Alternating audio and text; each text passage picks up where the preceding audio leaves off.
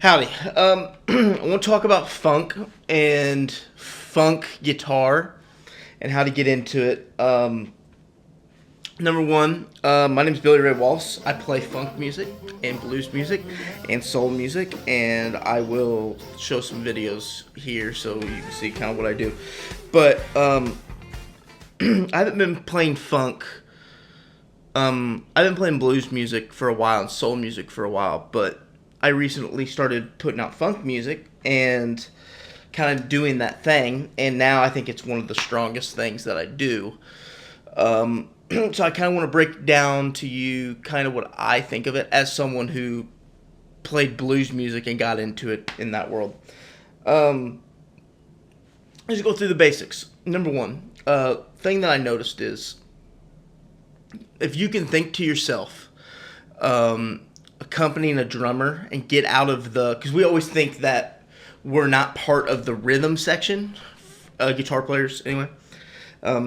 We are really in all music, but really more importantly in this. So so let's just get comfortable thinking about accompanying a drummer whenever you're doing this and stuff like this, right? So you just got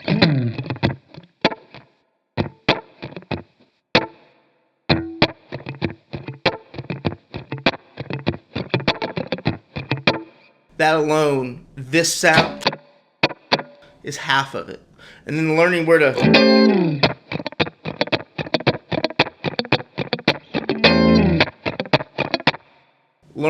put those at is the other thing that's going to add all of that to add the quote-unquote funk sound. So the first thing you need to do is get comfortable just playing nothing and feeling in time with your drummer and to get that funk sound. Maybe you don't want to be a funk band, but you want to have funk things in your band, sounding things. This is one way to do it, is to keep that feel. But I won't sit on that too long because that's really self-explanatory, but that is something that you do need to realize and have in your head. The other thing, too, is you notice even in the intro of me playing this, I played a whole, is a Hendrix chord, A7 flat 5. Now, that's 4 notes in there. In funk, that's a lot. But most of the time, I use this chord live whenever I'm playing one of my songs called Just Can't Tell You No. And that song, at the end of it, I play just an A7 towards the end. And I go,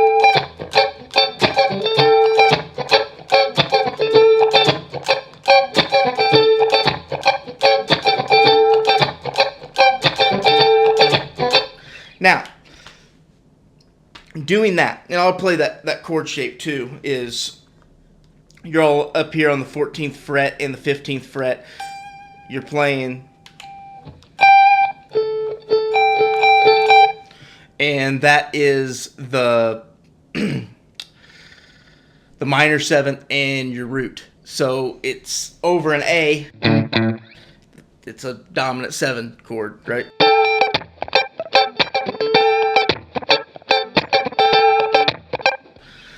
So use that, and then whenever my keyboardist is soloing, I come over and I play that Hendrix chord that I played earlier, just to give him a little bit more, a better chord to play over. Playing over that, it limits you. But learning to use less than more. Like most of the time, whenever you're doing these like funk things, like you'll see me in the intro, this thing. That's 2 notes, C and G, and then I take that down to F sharp. So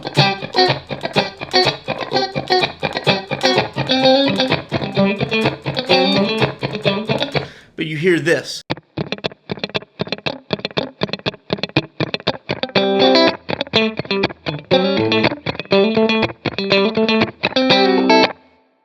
Going the whole time. So just whenever you're doing this, don't be the guy who takes like a whole A7 or something like that and goes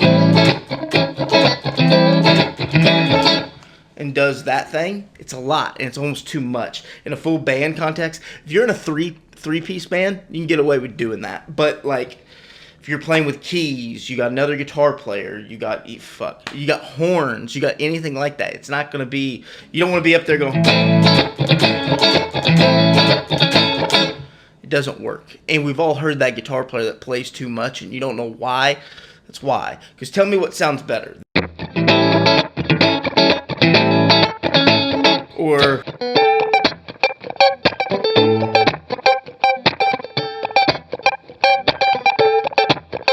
right? It's obvious which one sounds better. The other thing to think about too is sometimes you can take full form chords like that and just play the high part of it. So like you could go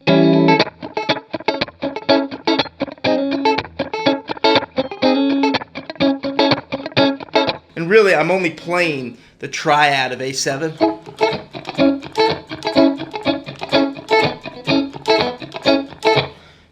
Kind of works, but I do that a lot on like my major 7 chords, like the C major 7 chord.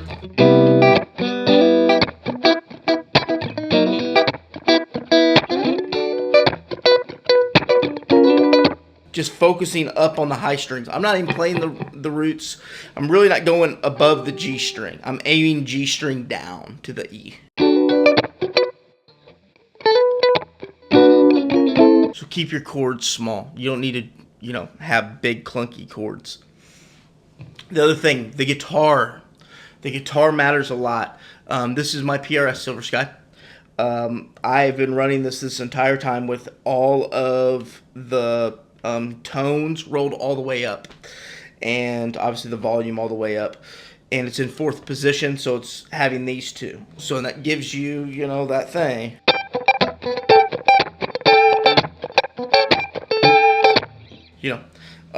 Don't be afraid to use that.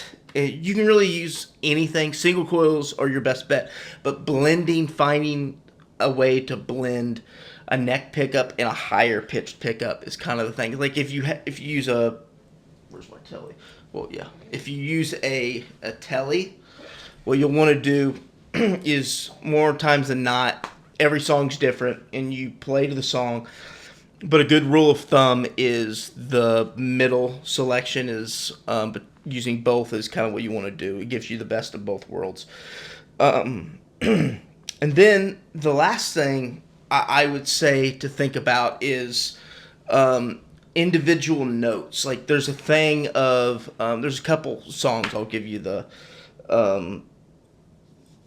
thing to think about. Let's do Prince.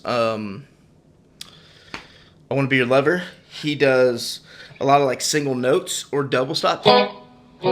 So he'd go.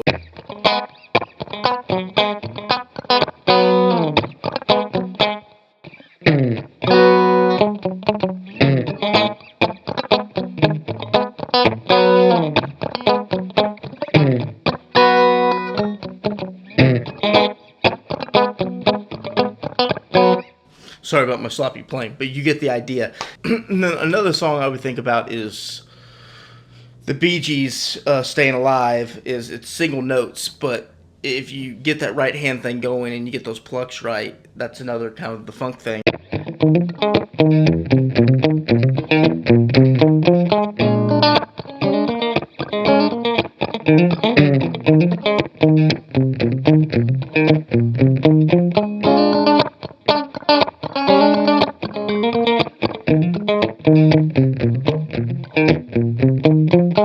That kind of thing. But single notes is you hear it all the time in Michael Jackson records, Motown records. Just the...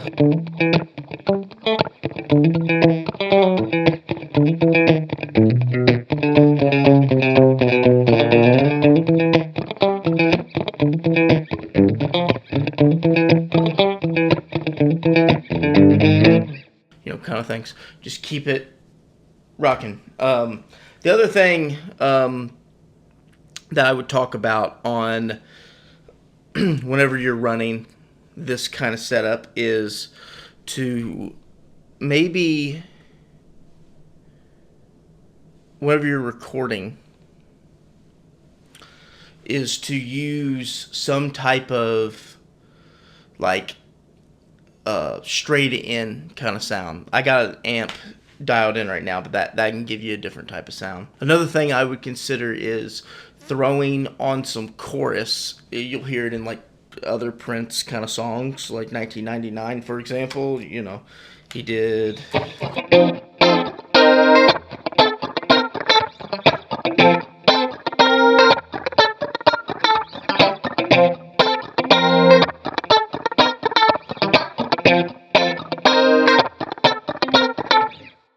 It sparkles it up. I would run your amp really bright whenever you're doing funk things. Me, I run I use Strat like style guitars, and I run my amps with the treble knob like almost 8 or 9. The thing is, if it's too bright, I'll roll it down here. Because doing this music, you want it to be bright. You don't want it to not have that high top end that you want whenever you're doing these kind of single lines, or otherwise no one will hear you. So that's the thing. I appreciate all y'all watching, and I'll play this out. Thanks, y'all.